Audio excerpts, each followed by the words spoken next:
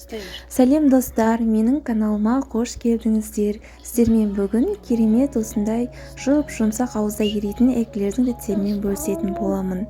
Ол үшін бізге азырақ осындай сары майымызды кастрөлімізге салып, оған жарты стакандай мұздай суымызды қосып, шым тұз қосамыз да ертіп аламыз. Енді осылай ертіп алғаннан кейін ыстық күйінде қамырымызды салып, жақсылап араластырамыз. Бірдей масса қылып, әдемілеп жақсылап араластырамыз. Қолдың күші керек болады.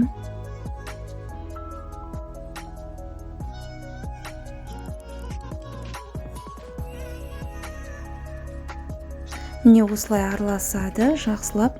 Енді осыны газға қоямыз да, баяу отта суын тарту үшін жақсылап тағы да араластырамыз.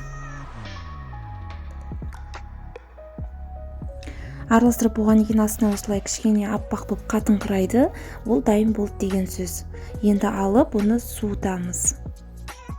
Суыту үшін осылай кішкене араластырып боламыз. Енді қолымызбен көреміз, қатыстық болмау үшін, себебі жұмыртқамыз пісіп қалуы мүмкін.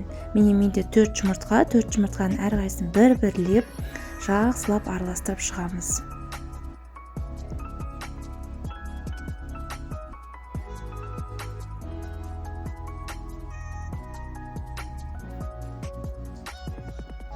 Жұмыртқамыз бен қамырымыз бірдей масса болғанша осылай тынбай араластырамыз, достар. Енді екінші жұмыртқамызды да салдық. Осылай мен 4 жұмыртқаны да салып араластырып шығамын. Менде 4 жұмыртқа да осындай болды.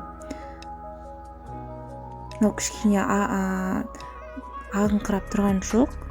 Бізде осы қамырымыз қозғаған кезде кішкене ғана ағып тұруы тиіс, сонда дайын болды деген сөз. Мен, достар, мына жерде 5-ші жұмыртқамды да қостым. Оның толықтай қосқан жоқпын, көріп тұрғандарыңыздай жартысын қосып, оны да жақсылап араластырдым. Міне, достар, керемет болып шықты. Жып-жылтыр осындай қамыр дайын болады. Сұйықтықта осындай болады. Енді бұнымызды салафанный мешокқа, осындай кондитерлік дайын мешок бар, соған жақсылап орналастырып аламыз да, насадкамен формамызға келтіретін боламыз.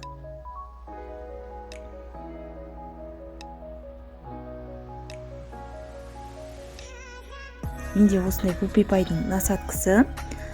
Сіздерде үйлеріңізде қандай насадка бар, сонымен істесеңіздер болады. Міне осындай пергамент қағазына табаға пішіндерін осылай келтіріп аламыз. Жұп-жұқа қылмай, осындай қалыңдатып құя берсеңіздер болады қалыпқа. Жұп-жұқа болса көтерілмей қалады, сол үшін қалыңдау етіп қалыпқа келтіре беріңіздер. Арасында осындай ашық-ашық қылыңыздар, себебі көтеріліп піскен кезде бір-біріне жабысып қалуы мүмкін.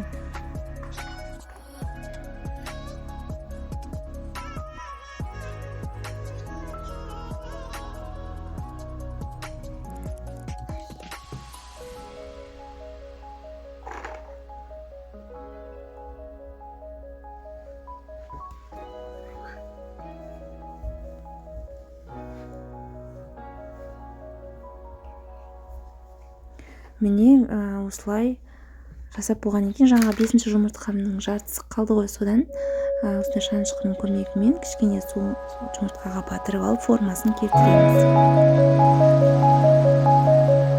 Жұмыртқа өзінің қып-қызыл реңін береді.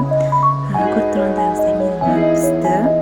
Эклерім осындай көтеріліп әдемі болып, үп-үлпілдеп